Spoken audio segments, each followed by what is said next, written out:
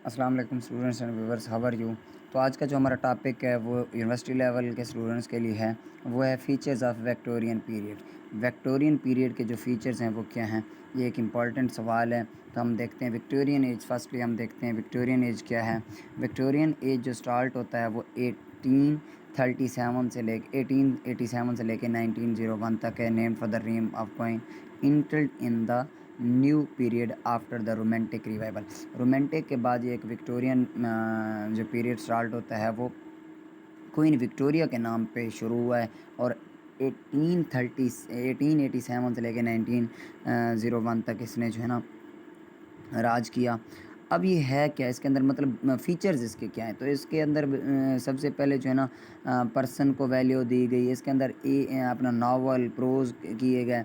It was an age of faith and age of doubt, age of morality, hypocrisy, prosperity and poetry.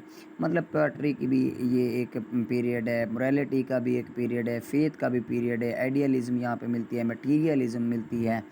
तो अब features हम one by one देखते हैं। The 60 years generally included under the heading of Victorian age. मतलब 60 सालों तक इसने ये काम किया। तो सबसे पहले आता है मोरालिटी। मोरालिटी इसका जो फीचर है वो क्या है कि morality of the age occupied a dominant place among the writer concern its in earlier year the people demanded. मतलब इसके अंदर ये एक ऐसा पीरियड था, एक ऐसी एज थी जहाँ पे मोरालिटी जो है ना डोमिनेंट की गई, मतलब मोरालिटी ज़्यादा आ गई थी।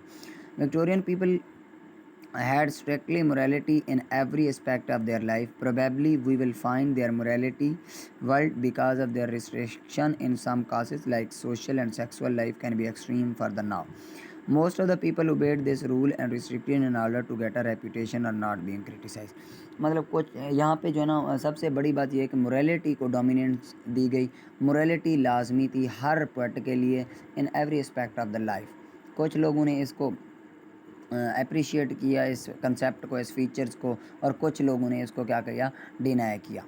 तो दूसरा क्या आता है, रेवोल्यूशन ऑफ द रिवॉल्ट। मतलब बहुत सारी रेवोल्यूशन आई थी। अब मैं आप लोगों को अगर वन बाय वन बताऊं तो इसके अंदर जो है ना वुमेन रेवोल्यूशन आई थी, वुमेन यूनिवर्सिटीज़ कैम की गई थी, वुमेन को जो है ना एक लीडरशिप की चीज़ें दी गई थी। तो many of the writer time revolted against the decadent effect of the certain sterilizing in a diminishing the snobbishness, hypocrisy and dubious values of the society is common in the literature of that time. अब ये सारी चीज़ें revolution की थी। They have also shown revolt against the materialistic. मतलब इन्होंने materialistic के बारे में भी रिवॉल्ट कैम किया। अब नोट ऑफ इंडिविजुअली, यहाँ पे इंडिविजुअली का कंसेप्ट है। It is the hallmark of the Victorian literature.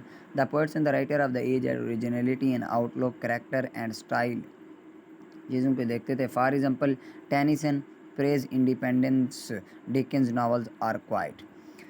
अब यहाँ पे इंडिविजुअल को जो है ना इम्पोर्टेंस दी जा रही थी।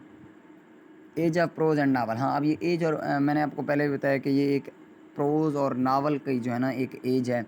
Romantic as was essentially the poetry. जो रोमांटिक एज थी वो पोएट्री की थी, लेकिन ये जो है ना वो प्रोज और नावल की थी। Conflict between religion and science. हम यहाँ पे outstanding feature of the conflict between the religion and science. Many praise the religion having said that God is in the heaven and all is right with the world.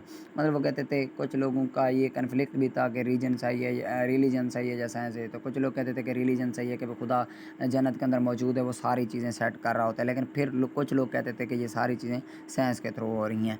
जैसे अब Arnold to regards for the loss of faith in his poem. अब Arnold ने अपनी poem के अंदर खुदा का जिक्र नहीं किया था, डावर बीच अपनी पोएम के अंदर, तो उसने खुद को बहुत शर्मिंदा महसूस किया। डार्विन और दूसरे लोगों ने साइंस को फॉलो किया। Tennyson and the contrary ways to have a compromise of the two. कुछ लोगों ने दोनों को कंसेप्ट किया। तो मतलब कुछ लोग कहते थे कि साइंस है, कुछ लोग कहते थे कि ये सारी चीज़ें खुदा की तरफ से हो रही हैं, कुछ लोग कहते थे ये दोनों चीज़ें सही हैं।